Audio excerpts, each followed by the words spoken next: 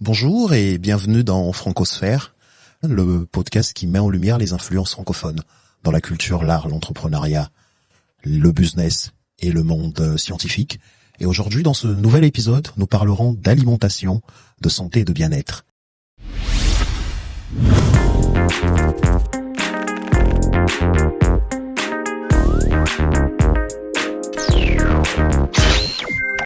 Nous allons donc nous tourner vers notre invité. Bonjour Dominique. Bonjour Yann. Comment ça va? Ça va bien. Je te remercie de me permettre de contribuer à ton propre projet. C'est un honneur pour nous de te recevoir aujourd'hui dans ce podcast Francosphère. Et je voulais aussi profiter de l'occasion de te dire que tu es une inspiration pour nous en tant que jeunes et c'est tout autant un honneur que tu sois là. Avant de plonger dans l'univers du programme que tu as mis en place, on aimerait connaître Dominique et de ce fait, nous allons te laisser le soin de te présenter. Merci Yann. Tu sais, avec l'accumulation des années, c'est un long parcours qui est jonché de réussites et d'échecs. Tout à fait. Et puisque nous sommes des êtres humains, les réussites vont de soi. Tu sais, on est bon, donc on réussit. Et les échecs, ce sont toujours des événements qui nous permettent de nous connaître encore plus. J'ai l'impression qu'à travers toute ma vie, j'ai appris beaucoup plus de mes échecs que de mes réussites. Ça fait que c'est évident que dans mes premiers domaines de recherche à l'Université de Sherbrooke et à l'INRS, j'ai été très préoccupé de la question de l'eau et ensuite de ça au niveau des bassins versants avant. Et par après, j'étais très préoccupé des interactions que pouvaient subir certains systèmes, par un hasard tout à fait intéressant, bien, on m'a demandé de m'impliquer dans la dimension de politique scientifique. Et sur ce plan-là, vous savez qu'une politique, bien, ça a beaucoup d'influence sur un paquet d'éléments. Sur un paquet, tout à fait. Donc, j'ai commencé à appliquer cette dimension-là et c'est là que j'ai eu la possibilité de me promener à travers certains pays européens et africains pour regarder qu'est-ce qu'on pouvait faire sur le plan de politique scientifique et tout en contribuant au Québec dans la période de 80-90 où on cherchait à intégrer la dimension scientifique et la dimension économique. Et ça, bien, finalement, ça a donné lieu que, parce que j'avais eu beaucoup d'intérêt dans le domaine économique, eh bien, j'ai accepté de me préoccuper de développement d'entreprise, oui, de changement technologique dans les entreprises et aussi de politique de financement des entreprises. Donc, j'ai eu la possibilité et l'agréable bonheur de mettre sur pied le premier incubateur d'entreprise au Québec avec le vocable Technologie, Innovation, Entrepreneurship et Management, TM. Et par la suite, bien, ça a donné que j'ai pris la direction d'entreprise et que j'ai finalement me suis impliqué dans le capital de risque. Le 19 décembre 1999, je suis tombé au tennis, au tennis sport, là, tout près, oui, au tennis avantage, tout près. Et évidemment que tout le monde là-bas disait encore un petit vieux, j'avais 60 ans à ce moment-là, un petit vieux qui en faisait trop, puis il y a eu une crise cardiaque qui est tombée. Mais effectivement, ce n'était pas le cas. C'est que j'avais plus de cartilage entre C5 et C6 et je n'étais plus capable de bouger. Je ne pouvais plus pratiquer les trois sports que je pratiquais beaucoup. Et le seul sport que j'ai maintenu, c'était celui de la bouffe. Donc, ça n'a pas pris de temps qu'aux environs des... C'est bien de le mentionner, oui. Les années suivantes, eh bien, je suis monté jusqu'à 206 livres, un peu plus de 92 kilogrammes. Oui. Et puis, avec toute la panoplie de maladies non transmissibles que ça implique. Une amie, en mai 2006, m'a dit « Écoute, Dominique, tu n'es plus l'ombre de ce que tu étais. » Je le savais très bien. Eh bien, elle m'a fourni un petit livre sur les cellules. Et là, bien, c'était une révélation. Oui. Je n'ai jamais vu un aussi beau système que la cellule. Okay? Et ça fait au-delà de 18 ans que je m'amuse dans les cellules. Ce qui se passe dans les cellules, avec une préoccupation spécifique sur le plan du vieillissement. Tu sais, qu'est-ce qui arrive dans ce sens-là? J'avais 67 ans à l'époque. Et je sentais qu'il fallait que je fasse quelque chose. Ça m'a pris 7 mois pour développer un programme que je me suis appliqué, qui est devenu le programme Menu Perso. Et cette personnalisation de l'alimentation et de l'exercice physique, c'est un des éléments les plus fondamentaux aujourd'hui au niveau de la recherche et de l'application. Totalement. Ça en est. Donc, j'étais un petit peu à l'avant-garde sur ce plan-là et j'ai eu le privilège d'aller présenter mes résultats au département de médecine sociale et préventive à l'Université Laval. On m'a traité de fou parce que j'avais tellement travaillé pour monter tout ça avec les résultats que je connaissais. Mais par contre, on m'a offert un poste de professeur associé. Et j'ai passé 4 ans là à améliorer, perfectionner mon approche au système Menu Perso, puis de regarder toutes les ramifications possibles et imaginables. Par la suite, depuis 2014, on m'a demandé, à travers une compagnie de compléments alimentaires, de me promener un peu à travers le Québec, à travers la France et la Belgique et l'île de la Réunion, pour discuter la dimension de l'alimentation et l'exercice physique et versus différents types de maladies de civilisation que moi-même j'avais connues dans mon corps. Et ceci, bien évidemment, il y a encore un beau côté par rapport à ça parce que j'y ai rencontré mon épouse aujourd'hui. Et ça fait 10 ans que nous sommes ensemble et que nous partageons intellectuellement toutes nos préoccupations. Oui.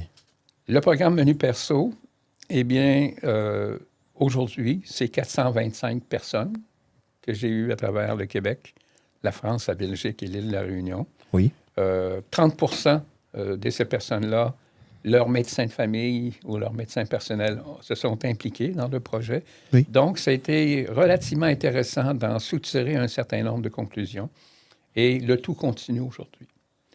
À un point tel que, suite à mes connaissances et mes contacts avec différentes organisations, j'ai eu le privilège, dans la dernière année, de développer un programme d'alimentation et d'exercice physique qui s'applique aux personnes qui sont atteintes du cancer de la prostate, avec un certain type de traitement, une certaine thérapie, eh bien, qui cause énormément d'effets secondaires négatifs.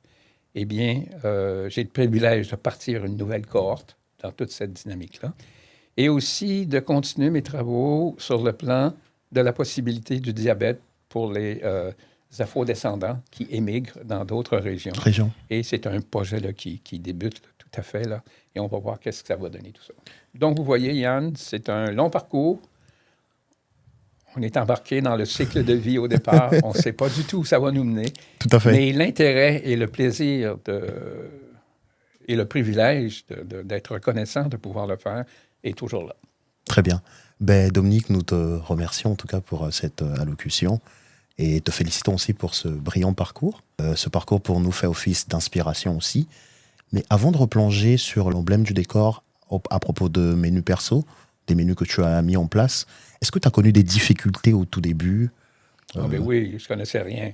Quels étaient les obstacles auxquels tu as fait face? Tu sais, je veux dire, les gras saturés de quoi? Tu sais, je veux dire, il a fallu que je reprenne à la base, scientifiquement, tout ce qui en était par rapport à ça. C'était une longue période d'apprentissage. Oui. J'étais dans le fond du petit bureau que j'avais dans mon appartement à ce moment-là, et puis je développais les trucs et tout ça. Bon, c'était ardu, hein? C'était ardu. Et c'est comme ça, par contre, que j'ai développé pour chacun des aliments que nous ingurgitons la totalité des macronutriments, des micronutriments, des acides aminés et des vitamines, des minéraux. Oui. Et puis, définir ça. Puis ensuite de ça, commencer à apprendre ce que je mangeais. Je pesais chacune des choses que je mangeais. Je faisais un algorithme, tout ça, puis j'ai tout mis ça ensemble. Et puis, finalement, ça donnait que ça m'était possible, pour quelques personnes que ce soit, de définir son alimentation en termes de macro et de micronutriments. C'est ça. Et par après, de faire le lien avec diverses affections dégénératives et qu'est-ce qui pouvait être changé pour améliorer les conditions. Et c'est par après que j'ai commencé à regarder la notion du syndrome métabolique. Oui. Et qui est un facteur, c'est un indicateur qui intègre 5 facteurs. Et lorsqu'on en a 3 de ces 5 facteurs-là, bien, on a le syndrome métabolique, qui est une condition préalable à la totalité des maladies qu'on peut avoir. Et c'est pour ça qu'en faisant l'intégration de ces connaissances sur le syndrome métabolique et l'alimentation et l'exercice physique, bien, j'ai un tout aujourd'hui avec lequel, un bon magma avec lequel on peut travailler. Ça fait plaisir. Tout à l'heure, au début, tu as parlé d'une anecdote assez particulière. En 1999, en faisant du sport, tu as eu à trébucher. Mais est-ce que, avant de passer par cette étape-là de vie, qui a été très douloureuse aussi, il faut l'admettre, mais avant de passer par cette étape-là, est-ce que les questions liées à l'alimentation, c'était des questions qui t'intéressaient particulièrement? Ça m'intéressait jusqu'à un point que, lorsque j'étais directeur du Conseil de la science et de la technologie du Québec, j'ai connu un premier divorce. Et comme j'aimais manger, je me suis acheté un restaurant pour aller manger le midi. Ça donne un point jusqu'à quel point la nourriture est importante. Et très importante. La nourriture, pour moi, c'est fondamental. Tu sais. Tout à fait. Et la raison principale pour ça, c'est que je suis né en juillet 1939. Les années 42-43, les aliments à Québec étaient restreints. Donc, mon père me tenait par la main et on était dans les files pour aller chercher de la farine, du beurre et tout ça. Donc, déjà très à bonne heure dans ma vie, la dimension d'absence d'aliments essentiels a été très importante. Donc, j'ai accordé beaucoup d'importance à l'alimentation. J'ai eu le privilège de me promener dans les bons restaurants dans la région de la Nouvelle-Angleterre lorsque j'y ai fait mes études. Et par après, dans mes séjours en France et en Angleterre, bien, c'était toujours prioritaire pour moi d'aller visiter les bons restaurants et tout ça. C'est pour ça que, à ce moment-là, c'était simplement la dimension du regard que j'avais à mon assiette et du goût qui en était, sans que je ne perçoive que ce que je mangeais sur le plan qualitatif pouvait avoir une pertinence de premier ordre au niveau qualitatif. Et ce n'est qu'à 2006, 2006 que j'ai commencé à me préoccuper de la qualité. Et aujourd'hui, je suis capable de dire que la quantité est importante. Au-delà d'une certaine quantité, on a des problèmes. Tout à fait. Mais la qualité est aussi importante et tout autant que l'exercice physique. Très bien.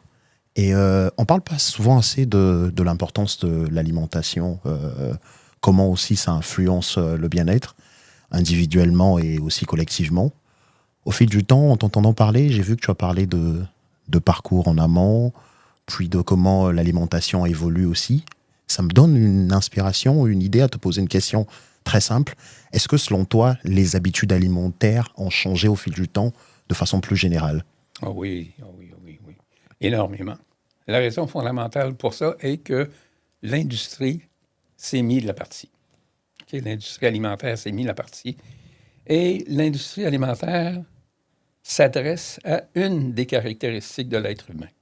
Laquelle? Le goût. Le goût. Mm-hmm. L'industrie alimentaire fait en sorte de mettre à la disposition des gens du goût. Oui. Et quelle que soit la qualité. Donc, on s'aperçoit aujourd'hui qu'au niveau des aliments ultra-transformés, qui dénaturent complètement ce que les aliments sont, eh bien, en autant que ça goûte bon, et faites l'expérience. Demandez aux gens autour de vous, en leur fournissant un aliment, qu'est-ce que tu en penses? Ils vont dire, ça goûte bon. C'était bon. C'est bon. Okay? Et je fais la même chose en même temps. Oui, hein? C'est pour ça que cette notion de goût, l'industrie alimentaire l'utilise pour mettre à peu près n'importe quoi sur le marché. Okay? Ils ne peuvent pas être régimentés, réglementés par rapport à ce qu'ils mettent dans ça. Mm-hmm. Et c'est pour ça que c'est le gros changement. Mm-hmm. On s'aperçoit que notre alimentation journalière est rendue à peu près entre 55 et 60 % collectivement d'aliments ultra-transformés. On doit faire un retour aux bonnes habitudes. Dans nos habitudes par rapport à ça. C'est sûr que c'est facile d'acheter des choses qui sont toutes faites, hein? Puis on arrive, puis tout ça. Alors qu'en réalité, si on respecte bien la nourriture et si on aime la nourriture et qu'on s'aime autant, on va prendre le temps de faire des bonnes recettes et de voir qu'est-ce qu'il y en a.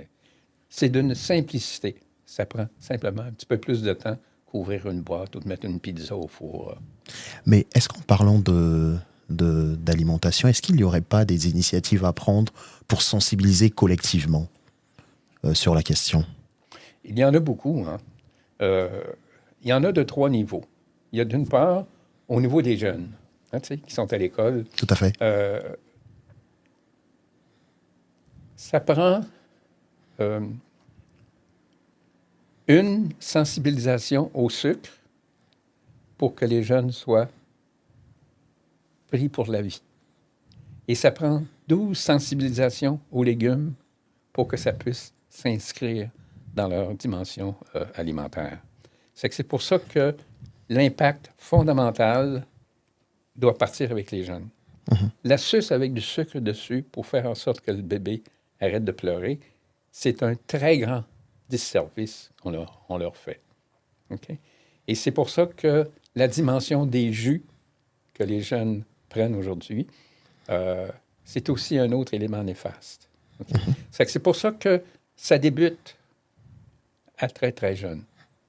Ensuite de ça, bien, à l'adolescence, jusqu'au jeune adulte de 30 ans, c'est là que les caractéristiques de l'obésité et les caractéristiques du syndrome métabolique s'établissent, même si on ne les reconnaît pas tout de suite dans le processus. Mais c'est là que les bonnes habitudes se prennent. On peut toujours changer par après. Je suis un exemple. Tu sais, je veux dire, oui. J'ai retrouvé une forme que j'avais à 30-35 ans,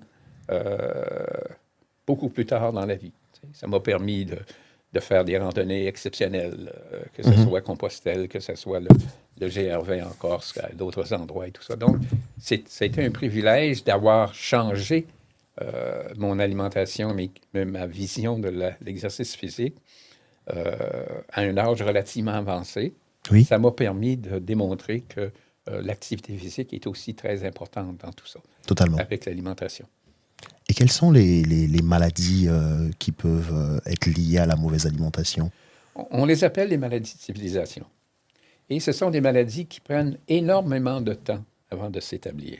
Le diabète. Le diabète, par exemple, okay? Oui. Ça prend une douzaine d'années avant qu'on soit défini comme étant diabétique. Okay. C'est le diabète de type 2. Le diabète de type 1, c'est un autre élément.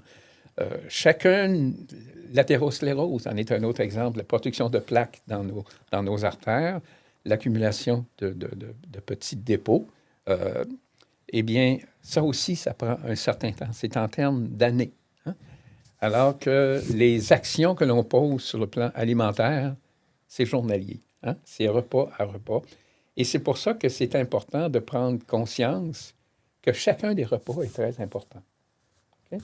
Il y a une quantité de nourriture que notre corps a besoin. Au minimum, on l'appelle le métabolisme de base. C'est ça. Qu'est-ce qu'on a besoin pour faire en sorte que chacun de nos organes, notre cœur, notre foie, toutes les choses, puisse fonctionner? Et ça, bien, selon les personnes, bien, ça varie entre 1200 et 1800 c'est vrai. Kilocalories par jour. Eh bien, à ça, on doit ajouter ce que ça prend pour digérer, l'énergie que ça prend pour digérer les aliments. Mm-hmm. Donc, on sait que les protéines prennent plus d'énergie que le glucose et que les glucides et les lipides. Par contre, il y a un élément très important. Il y a une augmentation à cause du goût, on en parlait tout à l'heure, une augmentation du fructose qui est introduit dans les aliments. Mm-hmm. Et le fructose et le glucose ne sont pas métabolisés de la même façon dans le corps humain. Le foie métabolise le glucose et en le métabolisant, il l'envoie directement dans les adipocytes, dans la graisse. Okay? Et c'est pour ça qu'aujourd'hui, l'explosion des différentes maladies de civilisation vient du fait que le fructose est très important dans la totalité des aliments industriels. Okay?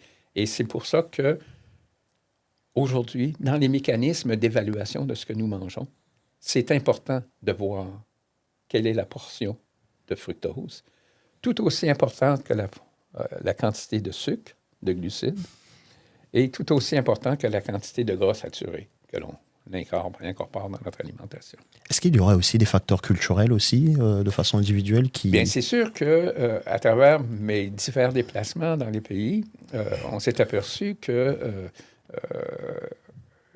différents endroits pouvaient se permettre de tricher un petit peu dans l'accumulation, dans l'intégration de la nourriture. Mais il y a un prix à payer sur ça. Okay? Il y a un prix à payer. Le prix à payer, c'est l'augmentation de la disposité dans le corps humain, qui mène à la résistance à l'insuline, qui mène au métabolisme, au syndrome métabolique. C'est pour ça que si c'était possible d'avoir une voix qui puisse être répandue à travers le monde pour faire en sorte que les gens connaissent leur métabolisme de base, connaissent ce qu'ils ont besoin, que ce n'est pas leur faim qui doit décider ce qu'ils doivent manger. Manger ou pas. Il doit y avoir une certaine quantité de nourriture, connaître ce qu'il y en est. Et puis, il y a différents moyens mnémotechniques, là, des poids, des doigts, des poings, les doigts, pour la main, pour définir qu'est-ce qu'il y en est dans tout ça. Et puis, il y a énorme possibilité d'apprendre ce qu'on en a besoin. Tout à fait. Et puis là encore, bien, il ne faut pas être, excusez-moi le terme, il ne faut pas être plus catholique que le pape, mais tu sais, on peut se faire des plaisirs de temps en temps, mais ce n'est pas ce que vous mettez dans votre bouche tout le temps, de temps en temps, qui est le plus important, c'est ce que vous mettez tout le temps. Tout le temps. Et si vous faites en sorte de mettre dans votre bouche, avec le respect et le plaisir de manger, des bons aliments, c'est possible de se permettre certains écarts. Un tiramisu, ça sera toujours bon. J'avoue. Moi qui suis de descendance italienne, c'est un des mes préférés. Et puis, par contre, je le réserve 2 fois par année. À Pâques et à Noël. Ben Dominique, on te remercie pour toutes ces précisions et tous les éléments de réponse. Je pense que les personnes qui suivront cette émission sortiront grandis aussi, parce que des fois, on met pas un accent sur l'alimentation et sur tout ce qui est état physique aussi. La deuxième partie de cet entretien va plus être centrée sur le programme que tu as mis sur pied, donc le menu perso. Déjà, la première question serait: de quoi parle-t-on lorsqu'on mentionne le menu perso? Bon. C'est quoi le menu perso? Bon, le menu perso, c'est un système très intégré. Oui. Qui est, le nom l'indique, ce sont des menus qui sont personnalisés. OK? Donc, pour un individu donné, qu'il soit homme ou femme, on sait que les gens ont des aliments qu'ils ne peuvent pas tolérer. Okay? On sait qu'il y a des gens qui ont certains types de maladies qui font en sorte que leur digestion ne se fait pas bien, qui est toute cette dimension-là. C'est un premier élément à considérer, OK, au départ. Ensuite de ça, on parle de la notion de syndrome métabolique. Le tour de taille, OK? Ensuite de ça, la quantité de glucose en circulation, OK? Ensuite de ça, la quantité de triglycérides que l'on a dans le corps, dans les prises de sang. Ensuite de ça, la pression, OK? Et un des indicateurs qui est là, HDL-C, qu'on appelle le HDL cholestérol. Ce sont les 5. Et il y a des critères spécifiques pour chacun. Et lorsqu'on dépasse 3 des critères, on a le syndrome métabolique. Okay? Donc, la première chose que je fais avec les gens, et surtout lorsque le médecin de famille ou leur médecin personnel s'implique dans le projet, on fait un bilan au niveau du sang, lipidique et toutes les autres caractéristiques, le foie avec AST, ALT, et on détermine ce qu'il y en a. On prend les mesures du tour de taille, on prend les mesures du glucose qui circule dans le sang, et on détermine si la personne ou non a le syndrome métabolique. Okay. C'est la première caractéristique. Si la personne a le syndrome métabolique, c'est là que c'est important, des premières conclusions, de limiter la quantité de glucides dans notre alimentation et aussi et surtout la quantité de fructose dans l'alimentation. Ensuite de ça, deuxième des choses importantes dans les menus perso, c'est ce quoi une personne aime manger. OK? C'est très important. J'ai une maîtrise qui dit, bon, tel aliment, j'aime en manger tant de fois par semaine. Tel autre aliment, je veux en manger 1 fois par semaine. Tel aliment, je ne veux pas en manger. Et à partir de ça, des menus sont développés, très personnalisés, parmi ce que la personne aime manger. J'ai à peu près développé à peu près 450 recettes. Et habituellement, il y en a toujours une 30-35 que les personnes sélectionnent pour voir dans leur alimentation. Dans ce contexte-là, il y a aussi une autre démarcation. Soit que les personnes veulent prendre 3 repas par jour, Oui. ou les personnes qui veulent prendre 2 repas par jour avec le jeûne intermittent. Okay? Ça fait que ça, c'est 2 caractéristiques importantes. Et c'est pour ça que le petit déjeuner est tellement important. Important, tout à fait. Évidemment que la notion de déjeuner, on déjeune, hein? Donc on enlève le jeûne. Donc c'est pour ça que pendant la nuit, notre corps fait en sorte, si on fait un bon sommeil, un sommeil particulier, eh bien que la totalité des protéines se renouvelle et le métabolisme du glucose, des glucides, se fait aussi. Donc, le matin, on a besoin de protéines, puis on a besoin de glucides. Donc, un emphase est mis dans les menus perso sur le petit déjeuner. Ensuite de ça, on sait que les lipides prennent énormément de temps à se métaboliser. Donc, si on prend des fromages le soir, il y a de fortes chances que ça nuise au sommeil. Fait que si c'est important, c'est de faire en sorte que les fromages soient consommés plus à bonne heure dans la journée. Okay? Oui. C'est une autre caractéristique des menus perso. Ensuite de ça, bien, c'est évident qu'on mesure le métabolisme de base, on mesure la masse adipeuse, la masse musculaire, et aussi, ce qu'il y a de plus pertinent, c'est la masse adipeuse autour des viscères. La masse adipeuse viscérale, c'est là que les problèmes de syndrome métabolique et de résistance à l'insuline se retrouvent le plus, parce que c'est la maladie du foie, le non-alcoolique fatty liver disease, la stéatose en français. Oui. Eh bien, c'est important, cette dimension-là. Donc, en gros, le menu personnalisé ne s'adresse pas qu'aux personnes souffrant d'obésité ou de surpoids, si je comprends bien. Dans tout ce que j'ai eu des athlètes. Oui. OK. J'ai eu des personnes qui souffraient d'une maladie spécifique, tu sais, diabète ou athérosclérose, tout ça. Et ensuite de ça, bien, j'ai eu des personnes qui avaient des problèmes d'obésité. Okay? Il faut faire très attention dans la dynamique de perte du poids. En réalité, ce qu'on veut, c'est perdre la graisse. Parce que lorsqu'on perd du poids, et avec toutes les méthodes qui puissent exister, on perd beaucoup de masse musculaire. C'est vrai. Et là, c'est important, à mesure qu'on augmente en âge, à toutes les décennies, on perd un certain pourcentage de notre masse musculaire. Et notre masse musculaire, c'est l'énergie. C'est notre survie. Plus que vous êtes capable de conserver votre masse musculaire en augmentant en âge, mieux vous allez survivre en bonne santé. Et c'est là que c'est important que les divers mécanismes de perte de poids peuvent être énormément négatifs sur le plan de la perte de masse musculaire. C'est pour ça que tout ça doit être très bien conditionné. Ne jamais perdre plus qu'une livre par semaine. Quelques systèmes que vous voulez prendre ou non, parce qu'au-delà de ça, ça veut dire que ça va être la masse musculaire qui va en souffrir. Et la masse musculaire, vous savez, dans le corps, là, l'énergie, il n'y en a pas de stockage d'énergie. Très, très peu. Tu sais. Oui. Glycagon, 400 grammes, dans le foie puis dans les muscles. On a toujours un petit peu d'énergie qui est disponible. C'est pour ça que les leveurs de poids et puis les courses de 100 mètres peuvent faire sans apport supplémentaire. Mais aussitôt qu'on tombe à 300 ou 400 mètres au niveau des choses, aussitôt qu'on tombe au niveau des joueurs de hockey qui passent au bout de 45 secondes ou une minute sur le C'est vrai. Donc, autrement dit, il n'y a plus d'énergie là. Donc, il faut que les muscles bougent et puis que ça se crée en même temps. Et c'est pour ça que la masse musculaire est tellement importante. Et à quel moment intervient tout ce qui est activité physique? En tout temps. En tout temps. En tout temps. OK? Il y a un vieux proverbe anglais qui dit qu'on ne peut pas outrun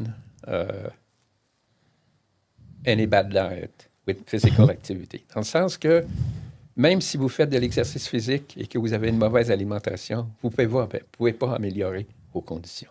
Oui. Et c'est pour ça que c'est très imbriqué dans ça. Connaissez votre apprenez qu'est-ce qu'il y en est de votre métabolisme de base. Apprenez qu'est-ce que chacune des différentes masses adipeuses musculaires sont dans votre corps. Et ensuite de ça, regardez ce qu'il y a dans votre alimentation pour manger, pour ingurgiter ce qui vous plaît, OK, et qui est bon pour ça. Et à ça, ajoutez de l'exercice physique. Fait que dans l'exercice physique, il y en a 2 types. Les exercices physiques qui sont très importants. La course, où vous ne pouvez pas maintenir une conversation. C'est vrai. Okay? Très intense. Et les exercices physiques où vous pouvez maintenir une conversation. Et c'est pour ça qu'il y a l'intensité et le volume. OK? Rendu à mon âge, je suis plus préoccupé de volume que d'intensité. Et c'est pour ça qu'il en faut beaucoup plus. L'exercice physique intense, eh bien, 5 à 10 minutes peuvent produire assez de je ne peux pas utiliser des termes techniques trop importants, là, mais assez de développement de masse musculaire. Et pour les volumes, bien, ça prend une bonne heure, 5 jours par semaine, pour faire en sorte de remplir les mêmes conditions. Ça, c'est très bien. Et comment et où on peut se procurer ce menu d'alimentation 100% personnalisé? Je veux dire, jusqu'à l'heure actuelle, je ne l'ai propagé que de bouche à oreille. Très bien.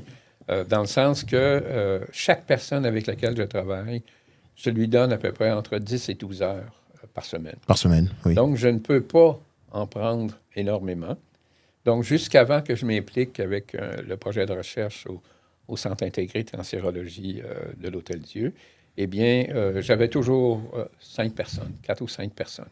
Là, maintenant, toute la cohorte avec laquelle je travaille, oui. Je me dois de diminuer le nombre de personnes et j'en prends toujours 1 ou 2. Tu sais. Et ce sont les gens qui me contactent. Et c'est des programmes accompagnés hebdomadairement ou... Je veux dire, je les suis pas à pas. Pas à pas. Dans le sens que les personnes qui sont impliquées dans les menus perso se doivent de prendre leurs mesures physiologiques à tous les jours, oui. Se doivent de prendre ce qu'ils mangent et on fait une évaluation de tout ça.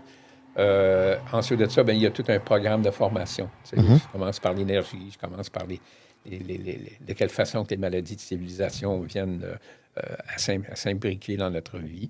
En tout cas, toute cette dimension-là, c'est réellement un hands-on projet, comme on dit, là. Je consacre entre 10 et 12 heures par semaine à la personne parce qu'il y a toujours au moins 1 heure de contact visuel, que ce soit par Zoom pour les personnes qui sont à l'étranger, et aussi de ça, une évaluation de leur alimentation et de leur exercice physique. Et ensuite de ça, bien, il y a tout un programme de formation. C'est quoi le syndrome métabolique? Comment ça vient? Très bien, quelles sont les caractéristiques? C'est qu'autrement dit, c'est un programme où la personne débute avec moi, puis au bout d'une douzaine de semaines, c'est exactement... Elle peut être autonome et poursuivre le... C'est à peu près ce que moi, je me suis imposé. OK? Et une des raisons fondamentales pourquoi la notion de 12 semaines est impliquée, c'est que psychologiquement, ça prend 21 jours pour que notre corps s'aperçoive qu'il y a un changement. Ça prend à peu près l'équivalent de 6 semaines, 42 jours, pour faire en sorte de le prendre en compte. Et ça prend 12 semaines, l'équivalent de 84 jours, pour que ça soit implanté. Autrement dit, qu'un coup que tu fais le 84 jours, que tu as bien suivi cette dimension-là, que des changements sont impartis, si tu suis ça, tu vas suivre. Et c'est ce que j'ai connu. T'sais. Et je l'ai fait connaître à plusieurs autres personnes depuis. Très bien. L'idée du programme te vient de tes expériences personnelles et aussi de ton parcours professionnel. Mais aujourd'hui, quel conseil donnerais-tu aux personnes qui aimeraient améliorer leur alimentation et leur santé de façon générale? C'est une grande question. Je vous l'ai dit tout à l'heure que ça débute lorsqu'on est très jeune, tout à fait. À l'école. Ensuite de ça, il y a l'adolescence, puis le jeune adulte et l'adulte. Je dirais que jusqu'à 45 ans, hormis certains problèmes majeurs, c'est toujours possible de revenir à à des conditions Mhm. corporelles plus intéressantes. Quel conseil à donner? Il y a tellement de livres qui existent et tout ça. Il y a tellement de possibilités d'en apprendre. Mais le conseil le plus fondamental, ce serait apprenez à aimer la nourriture. OK? Apprenez à faire des recettes. Oui. OK? Et puis, respectez la nourriture. Euh, j'ai un petit moyen mnémotechnique avec la petite main en l'air. Première des choses, Oui. manger avec plaisir. Les bons aliments, au bon moment, apprêtés de la bonne façon. Et tout le temps. Ça fait que c'est ce petit moyen-là que moi j'ai développé pour faire en sorte que les gens puissent adhérer au programme le plus longtemps possible. Et lorsqu'on a 40 ans et 50 ans, Mhm. on ne se préoccupe pas de ce qu'on va être à 60 ans puis 70 ans. Mais c'est clair, c'est précis que si vous ne vous occupez pas de votre santé à 40 et 50 ans, vous allez le payer très cher à 60 et 65. Fait que le temps qu'on prend pour améliorer nos conditions, pour apprendre, parce que l'apprentissage, ça ne s'arrête pas lorsqu'on quitte l'école, quel que soit l'âge, à 15 ans ou à 20 ans ou à 25 ans. Ça continue toute la vie. OK? Et il y a un plaisir à apprendre. Comme moi, je peux vous dire qu'à 85 ans, j'ai un plaisir à apprendre encore. Mhm. Et j'en remercie la vie de faire en sorte de me donner encore cette étincelle de vouloir apprendre. OK?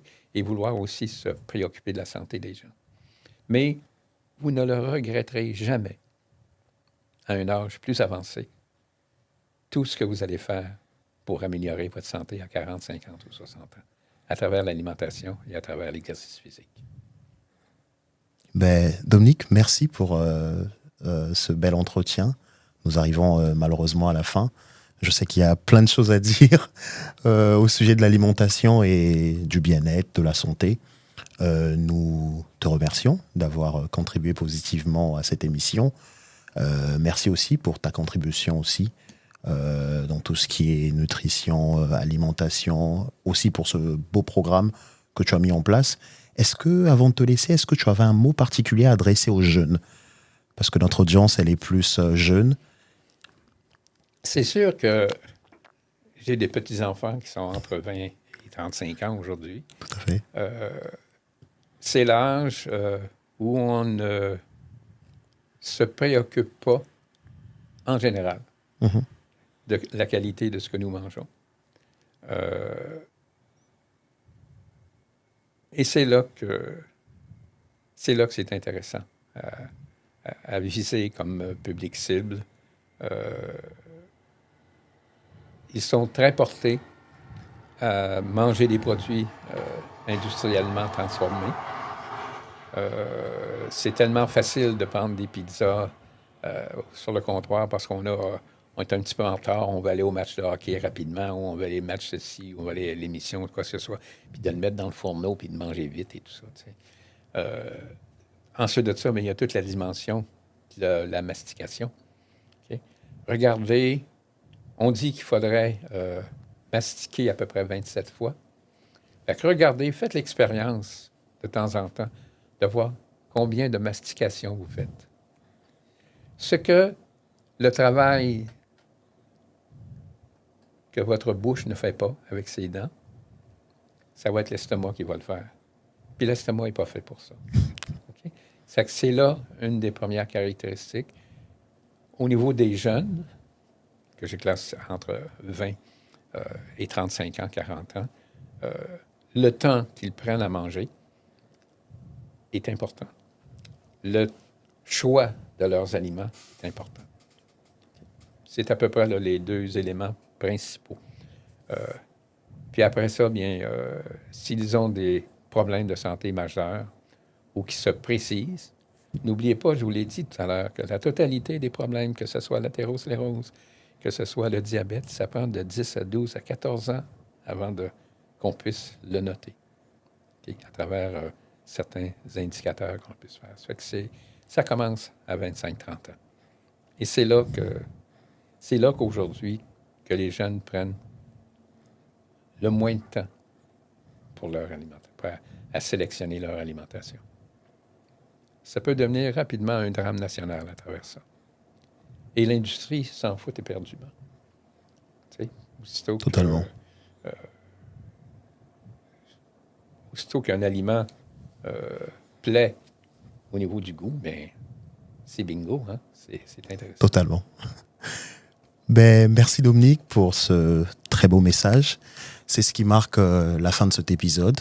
Et surtout, n'oubliez pas de vous abonner massivement. Est-ce qu'il y a un contact que tu peux partager pour les personnes qui... On peut toujours me contacter avec mon adresse courriel qui est dmascolo345@gmail.com.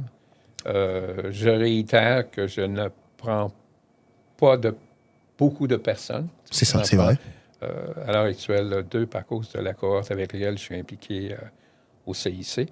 Eh bien, mais je suis toujours disponible pour que ce soit des conférences ou des échanges. Il y a 2 mécanismes dans le menu perso. Un premier, c'est les personnes me fournissent leur journal alimentaire, me fournissent leur niveau d'activité physique et aussi leur bilan de santé. Tu sais. Et je leur dis, à travers ça, je prends certaines de leurs mesures, je définis au départ s'ils ont le syndrome métabolique. Et en fonction de ça, je leur dis ce qu'ils devraient faire. Et ce programme-là dure à peu près l'équivalent de 2-3 semaines. Tu sais. C'est très court. Par contre, l'autre programme, plus élaboré, dure 12 semaines. Et j'y tiens beaucoup parce que c'est là où je forme des gens qui peuvent avoir un impact dans leur propre milieu par après. Tu sais. Et c'est là que... Tandis que dans toute cette dynamique-là, il y a le quoi, puis il y a le pourquoi. Pourquoi? Hein? C'est vrai. C'est pour ça que le premier programme ne s'applique exclusivement au quoi. Fais ci, fais ci, fais ça. Alors que l'autre s'applique au pourquoi. Et ceux qui suivent le pourquoi sont capables par après d'avoir un impact dans leur environnement. Ça, c'est très bien. Ben, j'espère que ce brillant message, cette très belle intervention, ce bel entretien avec Dominique Mascolo vous a enrichi et j'espère que ça a répondu à quelques questions autour de la question quelques questions liées à l'alimentation. Et nous, on se retrouve au prochain numéro avec un prochain invité particulier aussi. Et n'oubliez pas qu'à Francosphère, chaque histoire est une révélation et chaque invité est une inspiration. Merci.